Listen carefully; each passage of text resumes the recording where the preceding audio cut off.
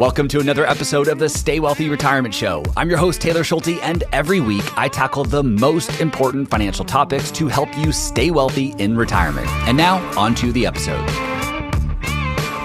Hal, your research sits, at least in my opinion, at this fascinating intersection of psychology and financial decision making. So I'd love to start by hearing what got you interested in studying how people think about what you call their future selves, and what ultimately pulled you toward financial and retirement planning specifically. I'll go way back, but I'll make it quick. When I was, this probably tells you something about my age, but when I was a kid, we had the World Book Encyclopedia, like the hardcover books. Okay, I'm glad you recognize what I'm talking about. And I don't know why, but I was fascinated with the money article in the M book. So if you opened up the M book, it would just open to money. I love looking at the different currencies and everything. So I would say that was my very first interest. But the larger one was that when I was in graduate school, I had a conversation with my advisor about long-term decision making. That's really what I was there to study. I thought it was going to be more about life decisions. That was what I wanted to be interested in. And Laura Carstensen, that was my advisor, she had said, retirement is such an important issue that nobody from the psychology side is talking about, and we should talk about it. And this was only a couple of years before the financial crisis of 2008 and 9. And the sort of swirl of that conversation and then what ended up happening out in the markets and the world really created this interest in trying to better understand what's happening in individual investors' heads, what's happening in terms of the psychology of long-term decision making for one, but also just general financial decisions, because so much of it is human and psychological. And I wanted to try to understand it and then help people with that knowledge.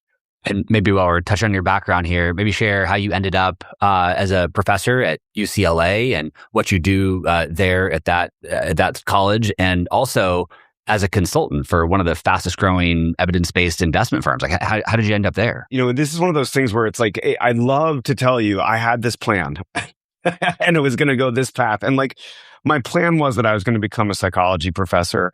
And when I was finishing my degree, my girlfriend, now my wife, had her own interview in Chicago, and I didn't have any prospects there. And one of my own professors said, there's a program at Northwestern that's designed to train psych PhDs to become business school professors. And I applied for it, and I was really fortunate to get it. And, I like to say I'd probably end up here if it weren't for that, but that really set me on this path of trying to be more in the business school world. It trained me to think not just about sort of interesting theoretical questions, but also how you apply them. And it kind of furthered my interest in practice of studying these psychological concepts in the financial decision-making space. And I kept at that. I got my first job at NYU, and then pretty quickly thereafter moved to UCLA. My wife is from here, which was amazing. And the group here is phenomenal. It's really I love my colleagues, and everybody studies important sort of real world problems. And I'm at the business school. And so, I teach MBAs, but part of the advantage of this is that it allows for a much easier connection to the, quote unquote, real world, to the firms who are actually sort of in the trenches looking at consumers. And several years ago, 2019, I got this sort of random email from this guy, Phil McInnes. And he said, I'm in the process of, joining this firm, Avantis. We've spun off of another firm, and we think it might be valuable to have an academic perspective. And we're reaching out to a couple of academics, and so I'll take a call. This is one of those cases where it's sometimes you get a random email, and thank goodness I answered it. Right. Yep.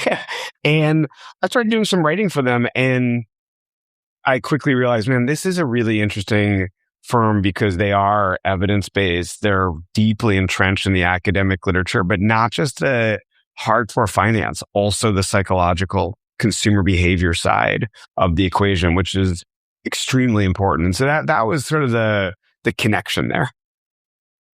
And so fast forward a few years after you received that email, and I think it was 2023, you wrote a book titled Your Future Self, How to Make Tomorrow Better Today. And the foundational idea that you found through your work, at least as I understand it, is that most people experience their future self almost like a stranger. And before maybe we get into the consequences of that, I'm just curious, like, is that necessarily always a problem? Is it always a problem that your future self feels like a stranger? And is the goal to completely close that gap, or is there something more kind of nuanced going on for us to better understand? And that is I love that. It's a very deep question you're asking. That you're right. The gist of that book and a lot of my research is that people experience their future selves to be like others. And I want to just highlight that. I think that's nuanced there because you brought up the concept of stranger. And to be fair, that's where I originally started this research. And the reality is, I think most people experience their future self to be like another person. Now, that could be a stranger or it could be someone who I'm a little bit more emotionally connected to. Now, to your question about, is it always a problem if my future self is a stranger? I don't think so. In fact, there's one interesting research study that found that people are more likely to donate to others today if they're relatively disconnected from their future self. It's kind of like if I had to choose, if I had a finite amount of money or resources and I had to decide, do I put that money toward myself in the future or, a charitable organization or someone in need now?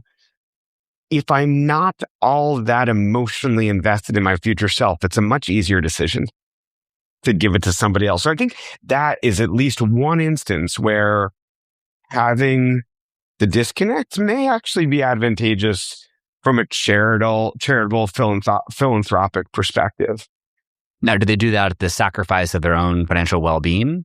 Another great question there, because that's something that we don't know. Because you could imagine it doesn't have to be a fixed pie scenario. It doesn't have to be all or nothing, right? So I could decide to put all of my money toward myself. I could put all of it towards somebody else, or I could say, well, I'd like to have some split there, which I think in the real world and everyday life, that's more of what happens. But I think, that particular research paper was more, I believe, trying to make a point rather than say like, this is what happens generally speaking, but the implication of this is that there can be some really interesting questions surrounding how we think about our savings over time. How do we think about using it for ourselves, giving it to our offspring, giving it to charitable organizations with which we might feel some connection?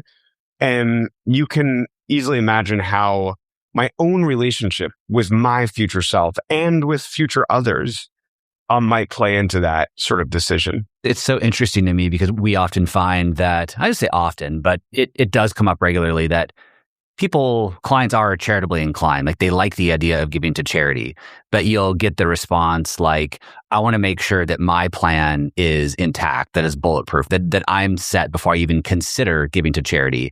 And on the flip side of that is, it's really hard for people to feel like they have enough. Sometimes people never feel like they have enough, even if they've got $5, $10, $50, $20 million, like they still don't feel like they have enough. So they never feel like they're at this point where they can give to charity, even though they are charitably inclined. It's just like a really challenging situation. And, we try to give our clients confidence that their plan is healthy and they have the ability, they have the extra money to give away if they want to, but it's still challenging.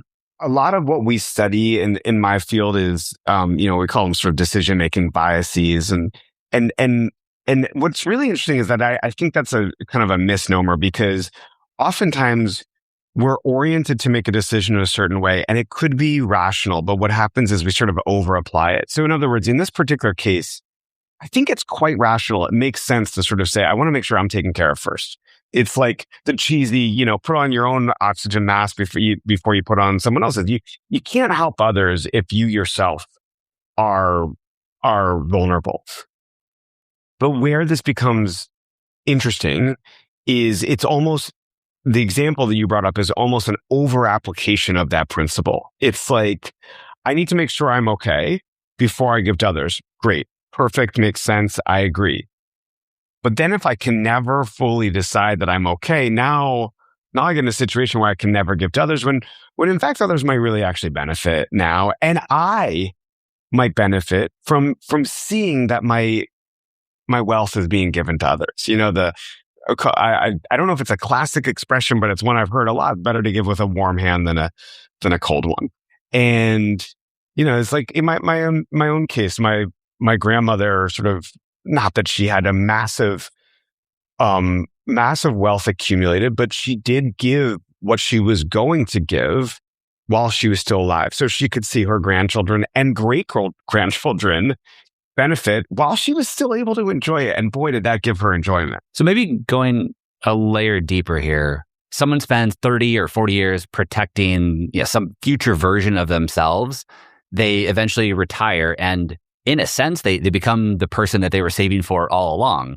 But, does that future self ever actually arrive, or is it just this, continuous moving target? Isn't there always like this older version of yourself further down the road who still feels like they need to be protected? Yeah. I mean, so let me go back a step before I go deeper, which is, the basic idea here is that if my future self is another person, then when it comes to all of these decisions we're talking about, whether it's saving for the future or spending for the future, whatever the decision is, what really matters is that relationship I have with that future self. I know we were sort of hinting at that earlier, but to really bring it home, if I have no emotional connection to my future self, it's going to be hard to really step into their shoes and think about that space. If, on the other hand, I have a strong connection, then it might be easier to say, you know what, it makes sense to put aside more money. It makes sense to, for instance, cut back on eating certain foods so that I'm healthier. You can think about any sort of trade-off between now and later. And when I have a strong connection to my future self, then it can actually be easier to at least reason through these trade-offs and be a little bit more intentional about them. Now, you brought up this fascinating idea of, well, let's say that I'm fairly connected and I've done a, quote unquote, good job of saving for 30, 40 years. I've kind of arrived at my, the future is now. I've now arrived at that future self. Well, I think first off, we should appreciate that there's always another future self. It's not like, now you're here. You could imagine that you've been saving for your career. Now you're in your 60s, you've retired.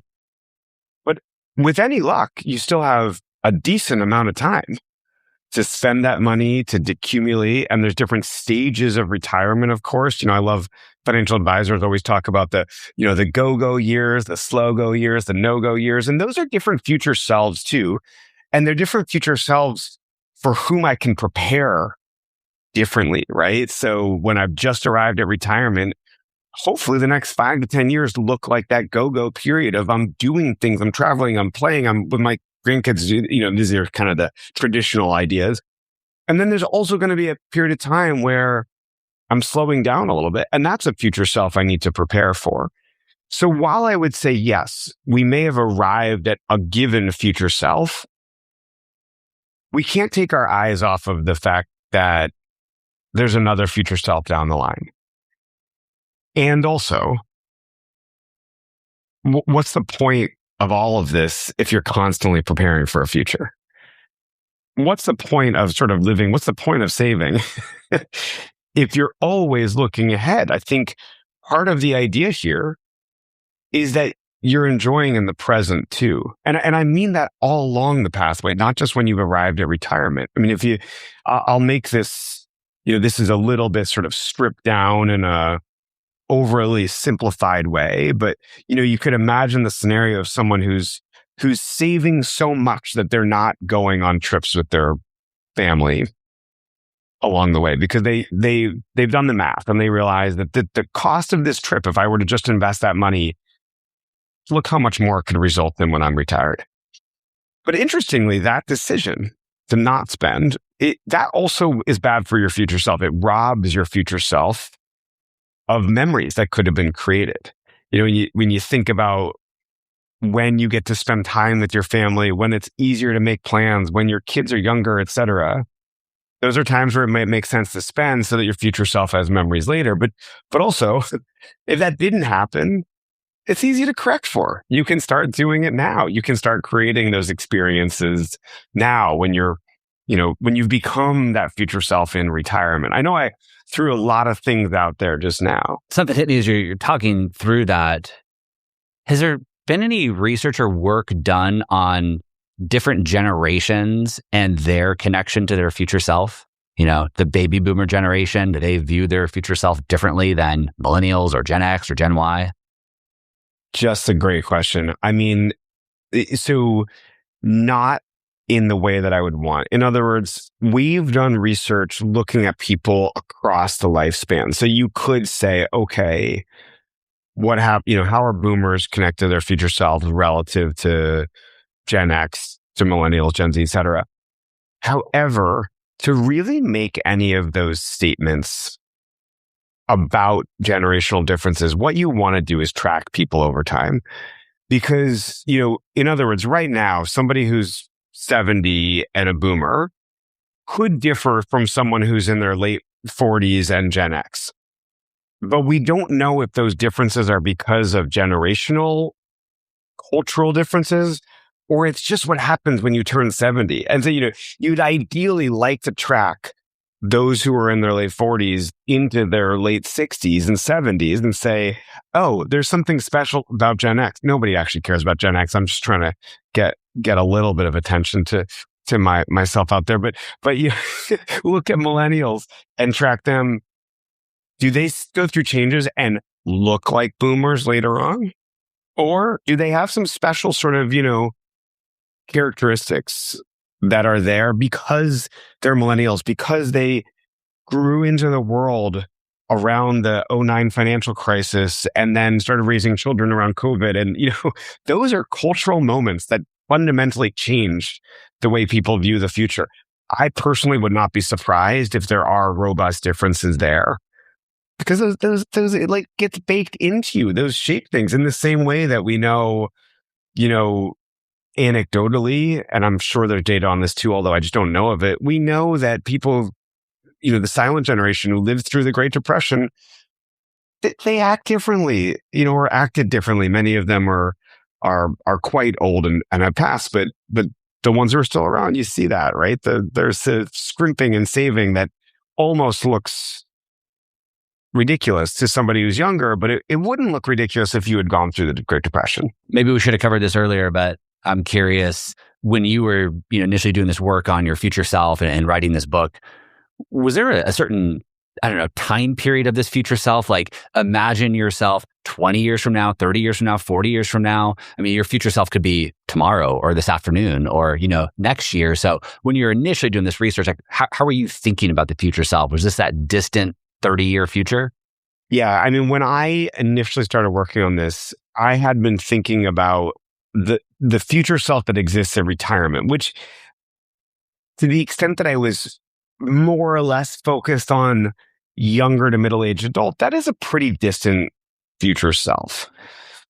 Now, that said, I started becoming interested in a closer future self. So, 5 years down the line, and even, frankly, as you mentioned, there can be a future self tomorrow. And that's very important, right? Especially when it comes to little decisions that add up. If I eat late at night, I won't sleep as well. Over time, yeah, that'll affect me in 5 years, but really that's going to affect me tomorrow. And so I also have to get into his head and see the world through his eyes. But I think a bigger thing that happened that really shifted my focus here is, the period of COVID and the pandemic really highlighted the fact that the future is inherently uncertain. That's always been true, but I think that concept has kind of gotten supercharged, and especially now with the rapid advances with AI, there's so many things we just don't know and can't even sort of make predictions about for the future. And so while I am still very interested in the period of retirement and the period of sort of decumulation, how do you spend your money once you're in retirement, sometimes it's almost easier to anchor onto a future self that exists in a couple of years' time and then use that as scaffolding to eventually build up to the one that exists in 20, 30 years and so on. But I would say my interest has changed a bit. And also I'll just say one last thing. I started this work before I had kids. Now I have kids. My kids are 10 and almost 7, and it is really difficult to picture them in 5 years, let alone 20. And it's, whereas before I started this work, I would think about my own life and the lives of my parents and others in 20, 30-year increments. It's just become increasingly difficult even for me to do that. And so I like to bring it a little bit closer to home. Yeah, it's funny. I was, this is not close by any means, but I was thinking about my 50th birthday, like this next kind of milestone birthday for myself. And then I did the math. I'm like, oh my gosh, my son's going to be 18 when I turn 50. And I'm like, I don't know how to think about this kid, being 18 years old and not living with us and off in college. And it's really hard to wrap your head around. It is. And but this also brings up a really interesting point, which is that when I first started my research on future selves, I mean, understandably, I was thinking about, individual investors, individual savers and their lives and the future and that sort of connection between present and future self. But you just can't ignore that the self includes others in it, right? And that I think that becomes especially true as you go through life, whether you have a spouse or kids or not. Other people, start becoming sort of part of this like smaller and smaller circle. And 50 is my next milestone too. And, the idea of thinking about how old my kids will be and what they'll be like then, it's such a challenging mental exercise.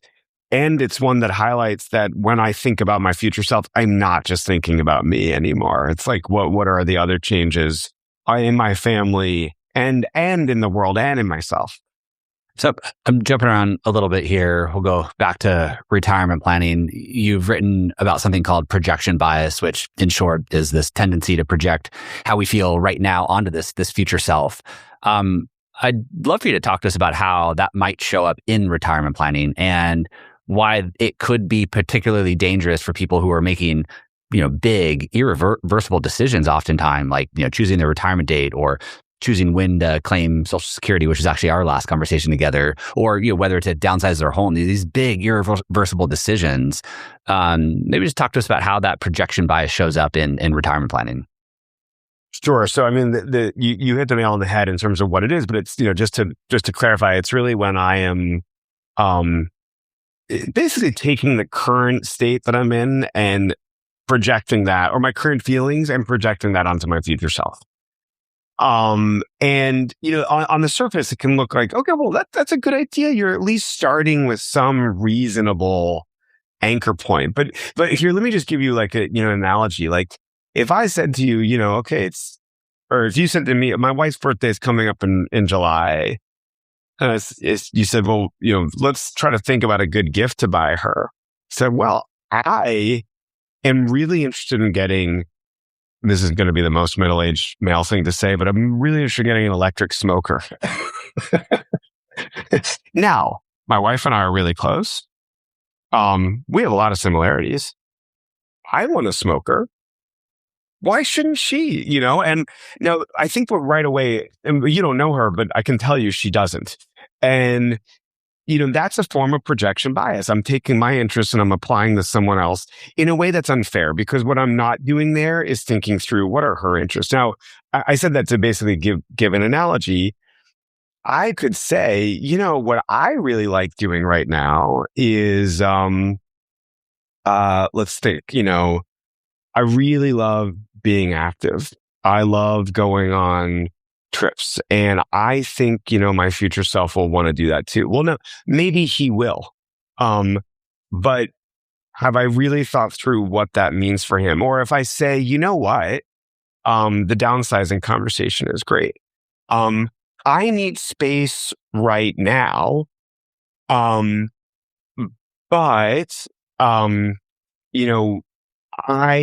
I think that,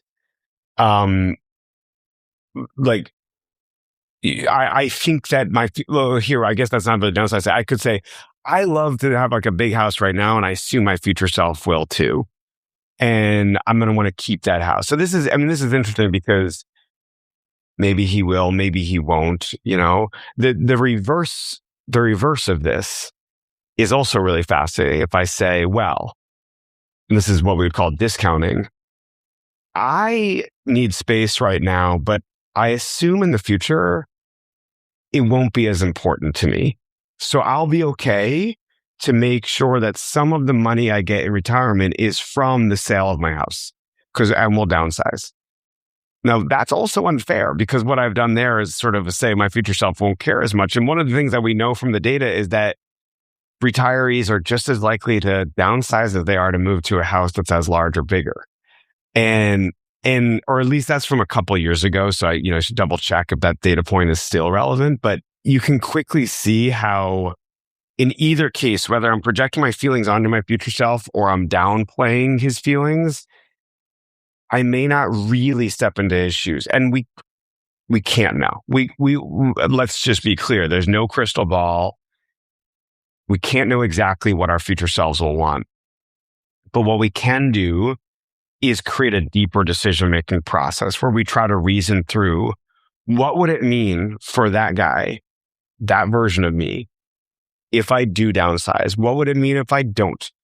What are the other implications of this? What sort of things might I want to do or not? And, on this note, I think it's a really important conversation to have with yourself and your spouse and your advisor to go deeper than the surface. I was talking to a friend the other day who said, I told my advisor I want to golf in retirement. And he said, what my advisor didn't ask me is, does that mean you want to go to your local free course once a month?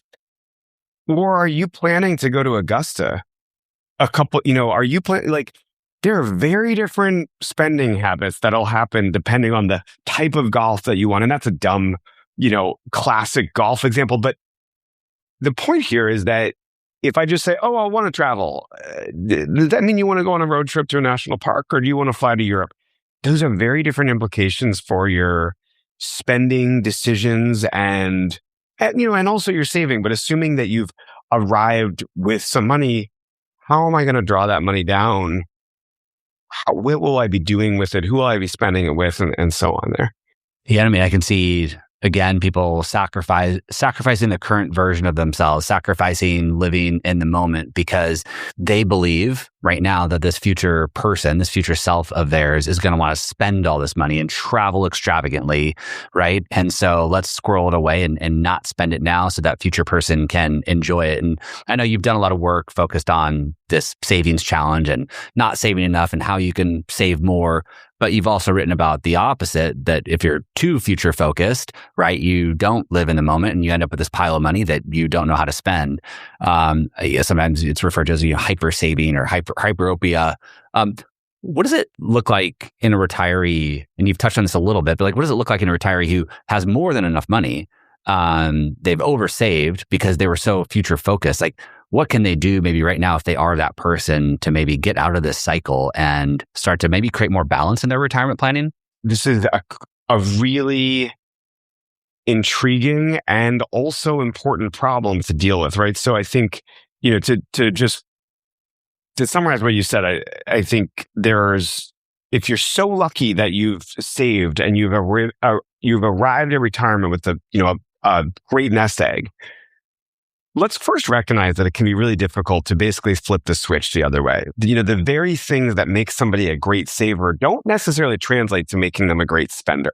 If you spent the last 30 to 40 years of your adult life and working career being a smart saver, now all of a sudden we'll go enjoy that money. It almost feels problematic. And I think we should also acknowledge that it's a totally human and reasonable thing to be worried about this. My collaborator, Jeff Brown, has this great way to put it. He says it's a denominator problem.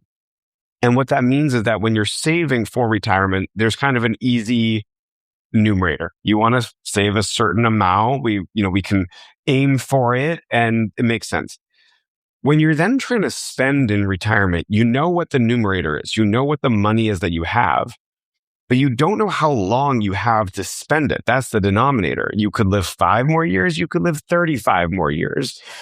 And the thing that really prevents a lot of people from spending is that nagging worry of what if I run out of money? Now, I know, of course, and we know this, of course, there are products that can help with this. There's, longevity insurance and so forth. But that's sort of a like narrowing in on a solution. But I think the bigger picture is a deeper, and it can be difficult, but a deeper conversation with your partner, your advisor, yourself on, first of all, what are the things that I actually want to do? What are the values that I have? How do I want to make those things happen? And then translating those things into dollars and cents. So I think, the advice I love is first start with the non-negotiables. What am I going to have to spend every year? And these exercises are not exercises that are necessarily fun, because you've got to sit down, sometimes it means a realization that like, wow, I spent a lot more on gas than I thought I spent on. But once you know that sort of thing, then you can say, well, am I thinking I'm taking 2 trips a year? Am I taking no trips a year? Is it every other year? What do those amount to? We have to recognize that we can never get this perfect. But there's a big difference between saying, I'm really worried about how much money I'll have, and as a result, I won't spend it. And now I'm depriving my current self of enjoyment and my future self of memories. There's a big difference between that and getting my head around what my spending actually might look like. What money I have to spend, what I can expect, a conservative rate of return is, spreading that out over time and coming up with a strategy with my advisor, if that's, if you have one, so that I can feel comfortable spending the money that I have. I did talk to one advisor recently who said that he always tells his clients to spend their required minimum distributions on travel. He said, just think about that as it's like you're spending money. And then it doesn't feel like it's coming from the pot, even though it effectively is, but it doesn't feel that way. It's kind of forced on you. It's like this forced distribution. Like, sure, you could put it in a different account and save it, but like it is this forced distribution. Money is moving. Like, why don't we move it into your travel pile? Exactly. And it's all of this is, quote unquote, mental accounting. Money's fungible. The dollar that you put in toward the travel could be a dollar that you invested. But from a psychological perspective, it feels like, well, I'm forced to take this. I might as well do something with it. But I think, that to put to wrap that up, I would say the big picture there is to go through the work, to actually think about what you want to spend, and when, and work out a plan. But also recognize psychologically that these are difficult decisions, but that, if you're constantly sort of like planning for the future to make sure that the money is there, you may often end up in a situation where you've missed out on a lot of opportunities to give yourself some joy, some utility, some pleasure, that could create real lasting experiences. You had mentioned earlier, you said, kind of turn this into dollars and cents. And it made me think that a large part of this behavior is having true confidence in your retirement plan. And we say this a lot in the podcasting world, like having confidence in your retirement, having clarity in your retirement. Like we throw that word around a lot, but really having confidence in your plan. And I think one of the challenges, at least historically, and there's some trends that are changing these days in practice, is leaning on these Monte Carlo analysis, right? This percentage, this probability of success. And how I tell you have a 95% probability of success. And you're like, cool, that's great. Like, what does that actually mean? I mean, there's a 5% chance my plan fails. Like, what if it drops from 95 to 90? What does that mean? And so what I found that has worked really well in practice is converting that into dollars and cents. Based on everything that you shared with us, your plan is very healthy. Sure, we might assign it a probability of success, but then we might say, look, based on everything you've shared, You only need $10,000 per month to live, but you could be spending $30,000 per month in retirement. There's an extra $20,000 there for you to do something with. Sure, you can continue to save it and invest it. You could give it to charity. You could help your children out. You could travel more, but like converting it to dollars and cents, to me, seems to give that person a lot more confidence to spend rather than a percentage. And then I think the second part of this confidence thing is it's an ongoing conversation. You might have 1 year of feeling confident, and then at the end of the year, like, okay, that was fun. I felt good, but like, what about next year? These conversations need to be fluid and ongoing to continue to give that person confidence to spend that money and enjoy the present. The translation that you're talking about there makes so much sense. And let's acknowledge that probabilities are difficult for people, period, right? And I mean, and I'm not saying, as long as you have an advanced degree. No, it's like even any level of degree, probabilities are just not the way that we reason regularly.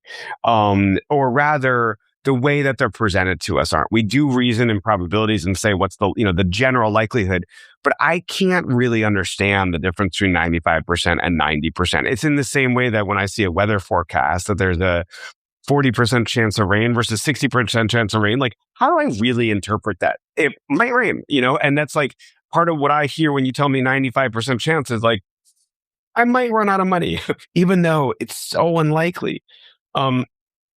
And so I think part of what you're doing there is going from the like sort of abstract and vague to the concrete.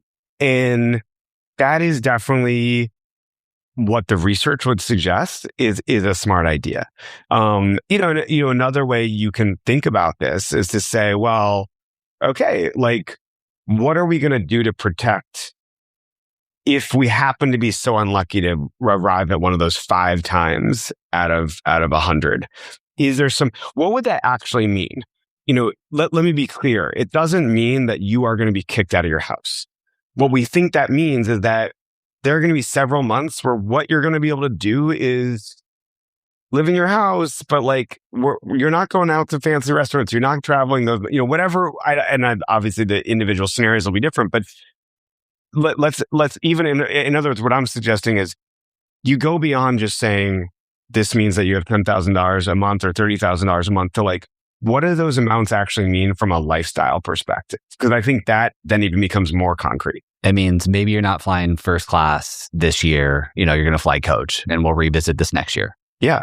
And I talked to Alicia Munell, is the director of the Boston College Center for Retirement Research. And, they for a couple of decades now, they've been studying this thing called the National Retirement Risk Index. They've been trying to analyze the percentage of households that won't be able to meet their retirement goals. And I know, a lot of people here have probably met their retirement goals, but there's something interesting about this, which is that, they find out 65% of households are on track, but that means that there's 45 that aren't. I'm sorry, 35 that aren't. And she said, but the interesting sort of paradox is that a lot of people are pretty happy in retirement, even if they didn't meet their retirement goals. Okay, well, what does that mean? She said, well, there may be a lot of people who are happy in retirement. They've made do with what they have, but they also have to make certain decisions. Now they have to decide, like, do I run my heat tonight or not? And, this is an extreme example, but you could say, I'm happy. I'm seeing the people I love. I'm playing mahjong or bridge or whatever it is. But, I do have to decide about the heat. I'm going to make this one meal last for lunch and dinner or whatever, whatever it is. And again, I'm being extreme. But the point is that that's a very concrete representation of what it means not to meet your goals. And it's not to say that, life will be miserable. People are really good at adapting. We're really good at being able to sort of bounce back when we think we can't. But if we can prepare ourselves to actually have a lifestyle, have a retirement that maps onto what we want it to be, like, let's try for that instead. To bring us home here, Hal, I'm personally curious, what has surprised you the most as you've been on this journey of life in your career in academics and, studying and do this research on long-term decision-making and behavioral finance? What's surprised you the most through all the work that you've done? Okay, one of the things that surprised me along the way was, I'll make this about, my own sort of introspection that I really started this work thinking, man, not enough people are doing enough for their future selves. And, we should be prudent. And it occurred to me at some point, I live in LA. One of my best friends here he's the producer. And I was explaining this to him and he said, "This is a terrible story you're telling." He said, "I don't want to buy that." When I was like, "Well, tell me more." He's like, "The idea that I've got to do things for my future self and I can't do things now, nobody wants to hear that." And I thought, wait, actually, this is really interesting because that's not the message that I meant to put out there. The message is create a better relationship with your future self. Sometimes it makes sense to lean in now and spend the money or take off the time from work, whatever it is. And sometimes it makes sense to pull back. And I thought that was obvious and that, I clearly didn't make it obvious. And I think in my own life, especially as a parent with kids, it's become, I went from the mindset of, I need to work hard. Sometimes that means sacrificing. Sometimes it's, I'm going to be working long hours. Sometimes I'm going to go on a trip for work.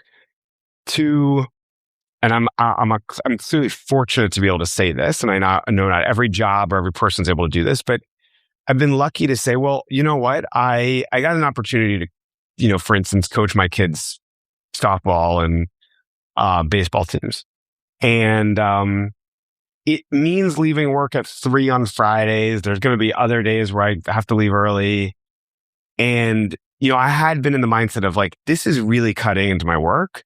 I need to work. That's the stuff that keeps me going in the future. And then realize like, man, it would be so dumb to miss out on this opportunity that I have just because the one perspective is better, quote unquote, for the future.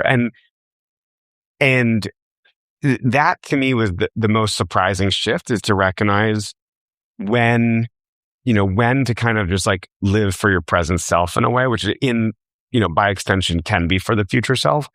And also at the same time, if I stopped working, I was like, well, I'm going to constantly be around. I'll be, volunteering for every school thing. I'm going to be on every field trip. I'm going to be, going to a cafe and reading today. Like, I think that would come back to bite me later if I I know it would, right? And so, I think if anything, it's balance. Maybe, I don't know if balance is the right word or some sort of harmony, right, between now and later. But that was the surprising thing, was recognizing how I had gotten the messaging around that wrong and how I myself hadn't really internalized it until I started trying to put the story out there for others. Fascinating.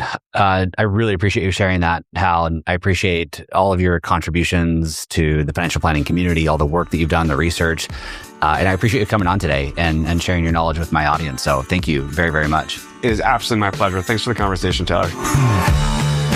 This podcast is for informational and entertainment purposes only and should not be relied upon as a basis for investment decisions. This podcast is not engaged in rendering legal, financial, or other professional services.